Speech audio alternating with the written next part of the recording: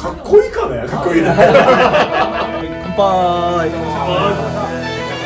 沖縄豪獣流空手の継承者八木昭人、鉄の拳を持つ男高井芝氏、黒帯ワールド監督西冬彦、三つ星グローバル社長木村俊秀、浅草から世界一の武道具ブランドを作り上げる野望を持つ男、2026年お正月企画、武道と空手着とお酒の話、どうぞごゆっくりご覧ください。主役は社長ですけどね。ありがとうございます。社長の、今後の野望みたいなものをみんなで盛り上げて実現に向かおうぜと、ちゃんと飲んで元気に語るっていう感じですね。やりましょう。そうですね、この後ろにね本物の日本刀がありますからね、これ酔っ払ってねこれ抜いたら大変なことになりますからね。これ夢だったんですよ、このお店で明るいうちから飲むっていうのが堂々と飲むっていうのがしょうがないんだよ、今日は西さんの企画だから仕そう事だからこれ仕事だから。黒帯ワールドに頼まれちゃってさと。これは飲むしかないなっていう。やっぱりこれだけグローバルに武道人口が増えていて、日本発祥の文化である武道がこれだけたくさんの方々に世界で愛されている中で、世界的に認知されている武道具ブランドっていうのが国内にないなっていうのが僕の反省点というか、この業界の反省点だと思うんです。だから空手で知られてます例えば剣道で知られてます、柔道で知られてますはあるかもしれないですけど、グローバルに武道ブランドで日本初世界ブランドになってる武道ブランドってあるかってないと思うんですよ。それが僕の目標です。素晴らしい。すごいね。そうですね。人口はいますから、世界中にいますからね。ですよね。でそんな中で西さんと、西監督とお会いして、やっぱこうグローバルにブランディングする上での本当にディレクター、パートナーという形で今回、初回の撮影させていただきまして、もう確固たる手応えを私は掴んでおります。やっぱり今日来られてた方々、海外の方もそうですけど、僕らが今まで見てた空手の中で見てた競技空手、商品開発もやっぱり競技空手がほぼメインでやらさせていただいたんで、もちろん国内のシェアっていうのはすごく大きいかもしれないですけど、これ多分海外でやられてる方っていうのは伝統空手の方が興味があるっていう方が多いんだろうなっていうイメージです。すごくわざわざ海外ってそもそも武道って何かもわからない、僕ら生活の中にあるんで、武道とスポーツ違うことってなんとなくわかるじゃないですか。その文化がない中でわざわざ武道を選んでやるっていう環境の中だと、絶対武道空手の方がこれ多分魅力があるんだろうなっていうのは今日すごく感じました。ちょっとした実演もそうですし、あんだけ引きがあるものってなかなかないと思いますので、なんか痛みを知ることのなんていうんですか、積極性というか、なんかあんまり体験したことがなかったんで。このカレー辛いからね。でもそんなに辛いの食べてみたらって、そんな辛くないでしょっていう、なんかちょっと興味があるって一緒かもしれないですね。なんか体験してみたいっていう。そんなニーズがあるんだっていう、めちゃくちゃ面白かったんで。実際この黒帯ワールドでですね、この出させていただいてあるので、道場に海外から稽古しに来る方がたくさん増えましたね。本当にたくさん増えましたね。そうですよね。本当やってみてとか、あれやってみてとかですね。ここでお見せしててもそうなんですけど、毎日海外のお客さん来るんですよ。それをこうインバウンドって割り切ってしまうのはもったいなくて、要は海外の人に日々発信できてるっていうイメージなんですよね。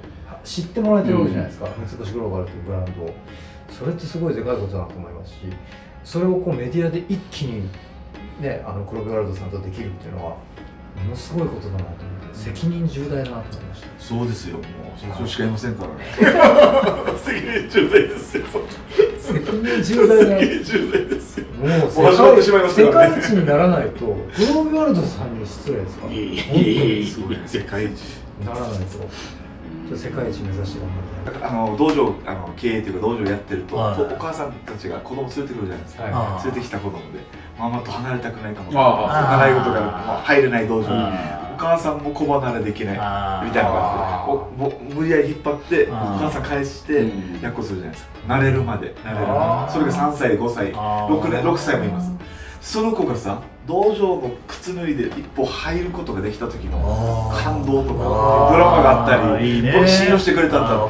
それでお兄ちゃんお姉ちゃんたちが小学生一緒にやろうよっていう、ここにまたドラマがあって手引っ張って連れてくる。あるよね。でその子が初めての昇級審査で下手くそですけど10級の審査を受けてる時のお母さんの感動とか、ここになんかめちゃくちゃドラマがあって、それがなんかさ僕たちが昔から習ってた沖縄の空手は戦い方をしてるんじゃなくて負けない方法をしてるだったりで、この子は負けなかったんですよ十分に。いいですね。で勝ち方をしてるんじゃなくて負けない方法をしてるというのが伝統空手であるので、自分と向き合わすっていうのができてるのが、町道場のいいところかもしれないです。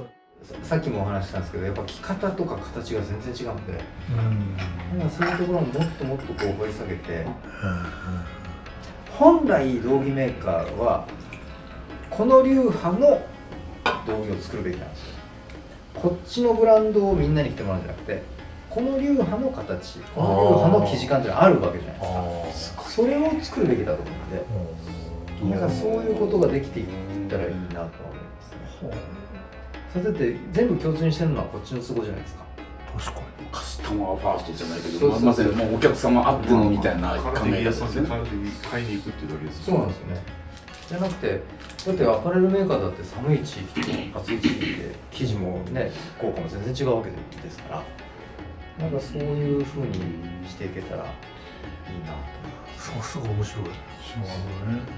それ当然コストにもちょっともちろん跳ね返ってはきたりするんですよね。正直そんなに変わらないと思うんですよ。そうなんですか。はい、型紙変えるだけなんで、作ってしまえば一つラインナップが増えるだけの話で、管理さえしっかりすれば全然問題ないと思いますし。じゃあ成形品の金型みたいなイメージですかね。そういうイメージです。やっぱりみんなが着てるスタイルがあると思いますので、今日の八木先生のスタイルは伝統の防獣系のパンツの上に結構旧式の、上着の丈長めを着てるって感じなんですよ。あ、そうですか。そうなんです。ハイブリッドなんですよね。でもそれはそれで一つの形で決めてしまえばいいと思う。本当もうちょっとさ小さいサイズを着たいんですけど、こっちの周りがもっと広ければな動けるけど、ちょっとあれ大きいからちょっと大きく見えるとありますけどね。本当はオーダーメイドみたいにできたらもちろんいいですよね。でもその八木先生が考えるこのスタイルがかっこいいっていうものを形にすれば、ちっちゃい子たちもあのスタイルで着れるんで、やっぱ統一感出ると思うんですよね。今結局そのいろんなメーカーのいろんな道具着てるんで、みんなバラバラのスタイルになっちゃってる道場が多くて、でやっぱりパチッとここって決まってる道場ってやっぱすごく統一感出ますし、かっこいいんで。かっこいいんだよね、空手ってね。かっこいい、なんかね、みんなでバシッと決まった時とかね。いいですよね。で僕なんか結構そのこれをどのぐらい詰めるとか、なんかね結構そのこだわってものすごい。でも昔はほらやっぱりこういう袖ばっかりだったんで。でほらもう試合にも出ないし、もうちょっとこうしてこの帯ぐらいにこれを揃えちゃうと割とほら僕なんかはもう胴長短足なんで、意外とこっちの方がガッとこう締まるようなイメージになるんで、あえてちょっとこの袖をこう出してっていう、まあフルコンスタイルじゃないんだけどちょっとそれ風に。であと下も細いところはもうすごい貧相に見えちゃうんで、今日の八木先生の太いやつみたいな感じでなるべく太いやつにしてもうとことん。っていうので僕は僕で自分でねいろんなほらやっぱりそのだって2人1組で指導やるんで、やっぱりいろんな先生がいるじゃないですか。でそうするとやっぱりそういう人にほらでそういう人は結構もうなんていうかっこいい人が多いの。あともう選手で有名だったとか、いやなんかそういう負けたくないなじゃないけど、やっぱで形からこういう感じでっていうのは全部ねだからそれでね結構いろんな道具をね買ってはそう寸法を通してやったりとか、袖詰めてみたりとかいうの随分やったんですよ。なるほどな。結構研究されてますしちゃったんですよ、もうこの十何年ぐらいで。本当にだから結構うるさいんですよ。特に伝統カルテもそうですし、そういう意味ではこだわり方が結構ね柔道に近いんですよ。柔道の選手って道着がなければ競技にならないんですよ。空手も型の競技とかってやっぱりあれがやっぱりこう一つの表現に入ってるじゃないですか、しっかりと着方とかスタイルとか、そういう観点でいうとそのすごくセンスを使わないといけない道着っていう意味ではなく結構似通ってて、こだわる人のこだわり方がすごく似てるんですよね。今柔道でコラボレーションさせていただいた高藤選手、2020年の東京オリンピックの金メダル、彼のこだわり方とかってやっぱ尋常じゃないんで、道着に対するここまでこだわるか、すげえ勉強になります。それこそもうモビルスーツじゃないけどあれなんでしょうね、もうこのそれで戦うみたいな、これいいですね、軽くてこうやってこうやってこうやって、あ、そうなんだと思って、今までの道着でいいじゃんみたいな感じで思ってたんだけど、やっぱり彼がほらその薄くて軽いの、軽くてすごいこう全然着てる感じがしないですねって言って、だからそれはおそらく彼ぐらいのレベルですね、スパーンとこの動きの中でやっぱちょっとね、このちょっとでも重いよりやっぱりで、だからなんか組手の道着ってもう究極に軽くなっちゃってるじゃないですか。っていうのそうなんだと思って初めて分かりますよ。今のでも競技空手をやってる小学生の子たちの意識ってめちゃくちゃ高いんで、分かります分かります。こだわり方はみんな一緒で、道着メーカーとしてはちゃんと答えていきたい。僕らもこう何を採寸してるかって、子供たちの場合は要は成長率とオーバーサイズ具合、お母さんたちが納得するオーバーサイズ具合を見てあげてるっていう感じですね。もうできるだけ長く着てほしいわけじゃないですか、お父さんお母さんは。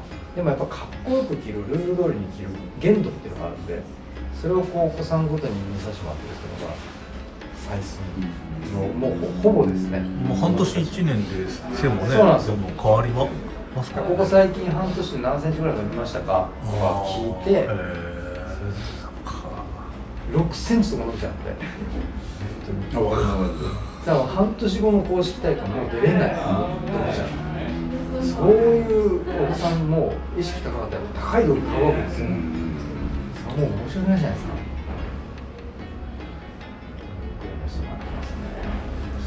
ということはやっぱりこの道着も空手着だけでもまだまだやれる戦略はいっぱいあるってことですね。まだまだあります。まだありますし、なんかその柔道みたいに郷土試験とかがあるわけじゃないじゃないですか。だからもうこだわり方もまだまだありますし。ということは着心地とかデザインとかそっちを優先にしていいんですね。はい、もっとこだわれる。これは世界を取るね、この人はね。こっちに結ぶ紐があるじゃないですか、結ぶ紐、こっちとこっちに。これをさ、ちょうど帯ぐらいになるのかとかさ、この紐がさ、結んだ後に出ててもかっこ悪いから、どこにしまうかみたいなので、ちょっとこっちにつけてほしいっていうのを注文したことがあってですね。それだけで変わる。おー、なるほど。こっちで結ぶじゃないですか。帯がこっちに来たら、ちょうど隠れてるのか、ちょっと出てるのか。それ結ぶ位置をこっちにしたらいいのか。もう結構上げたらいいなかとかです。いろいろ考えたことがありますね。とにかく20代とかめちゃくちゃこだわってたんですよ。あ、そうですか。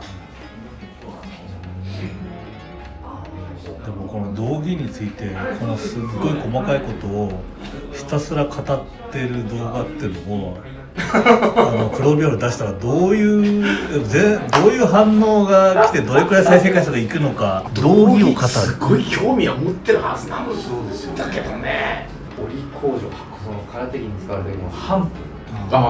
織工場とか染め工場とか見ると、多分感動すると思うんですよ。そうだよね。見たことないよね。目の細かい、みんな簡単に療養がいいって言うじゃないですか。両方着れるやつ、帆布の生地で薄くてパリッとした張りのある生地ある、すっごい高密度で細い糸を密度で帆布にするためにどんだけの工程が必要で、どんだけ糸から織り機に入れるまでに作業が必要かっていうのを実際見たら、もう本当の熟練の作業員さんとか職人さんでないとできないんですよ。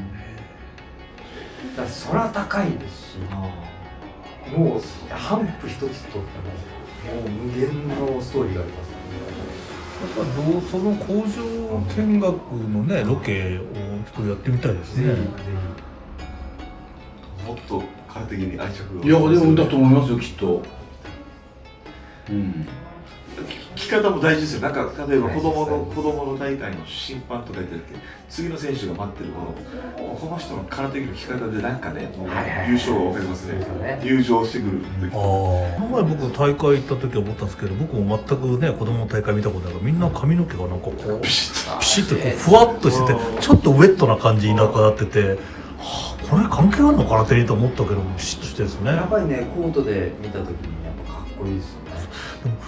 でもやっぱり時代の変化でああなってきてるんでしょうね。多分そうです。最近のやっぱり女子のチャンピオンの選手なんかやっぱりどっちかというとカチカチっとこういう感じでやられてるんで、大会はカバンに入れて空手技持ってくるじゃないですか。あと普通みんなこのクリーニングのビニールにかかった状態で食います。パリンパリンのね。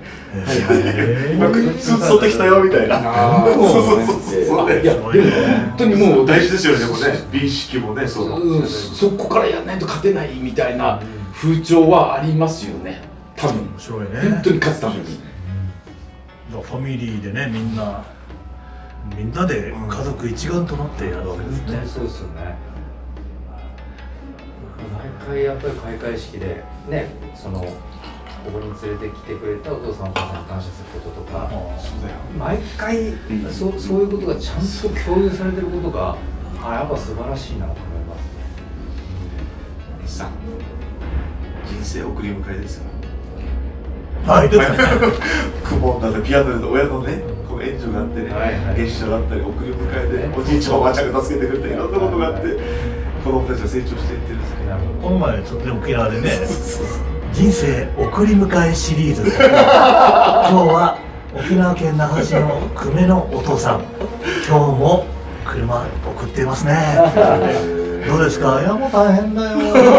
ね、やる気が出るよね。子供は頑張ってるからね。今日は福島県の人生送り迎えっていうのをやってみようかなって、ね。声がいいですね。いろんななんか人生送り迎えすごいよね。車で英語に送って1時間ぐらい待って。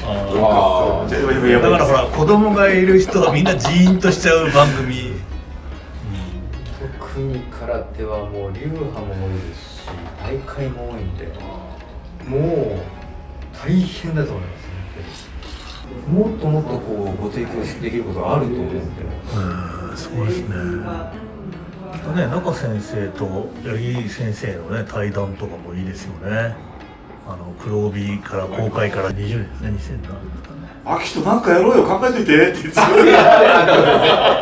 からそれをさ、でっかいホールとかじゃなくて、なぜか三つ星グローバル浅草店でやるっていうみたいな。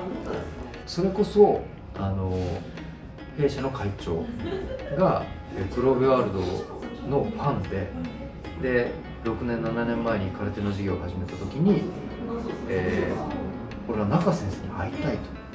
会長が「お前空手始めたんだ」と「いや空手の道着のビジネス始めました」「なんとかできんだろう」ちょっと会いたいからなんとかしてくれ」いい男っすね。かっこいいな。俺相手のおーいみたいな感じでストレスね。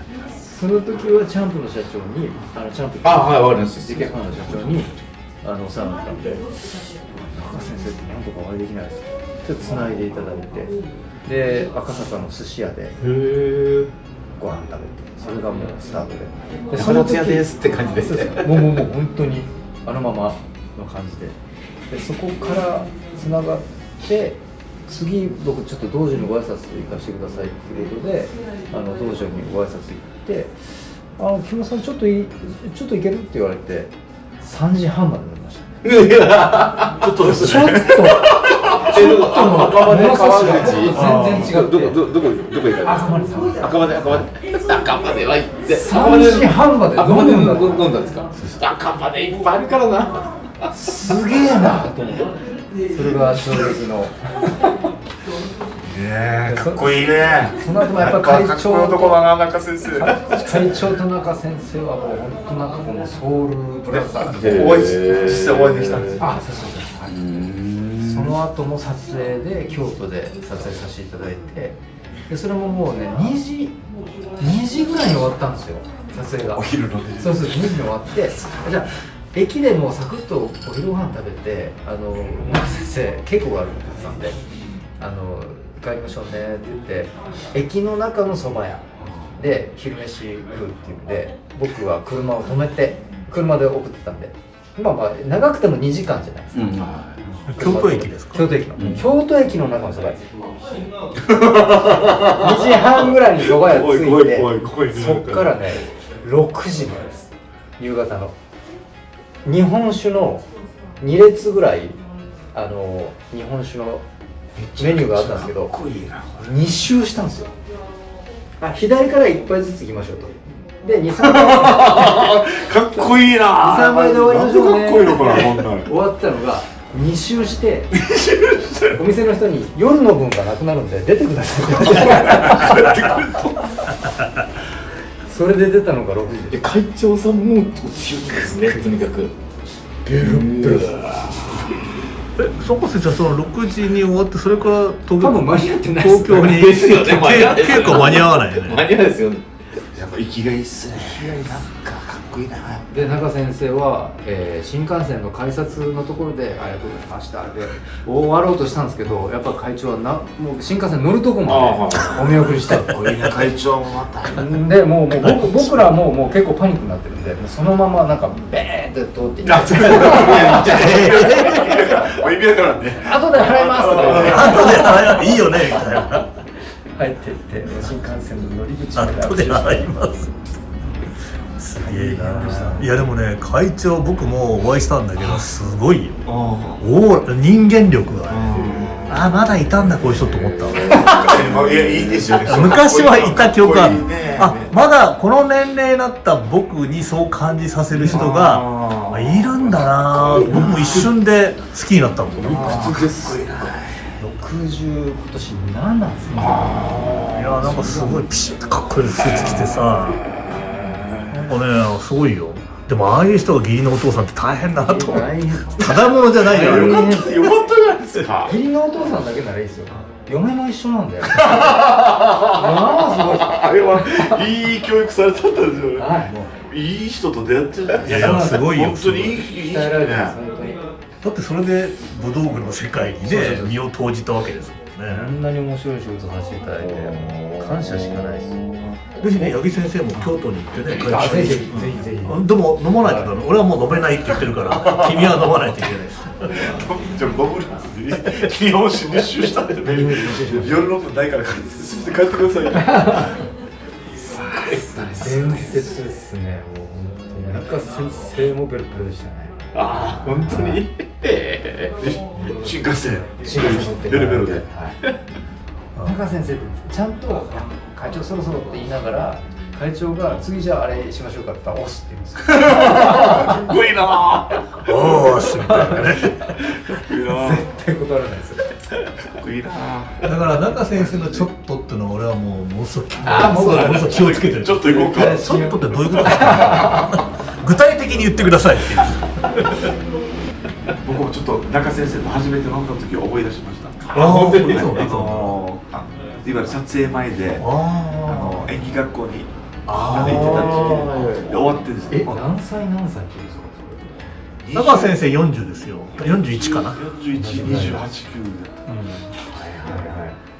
だった。もう先輩じゃないですか。でいろいろ前お疲れ様でしたって書いてた。あの日初めて誘ってくれた日があって。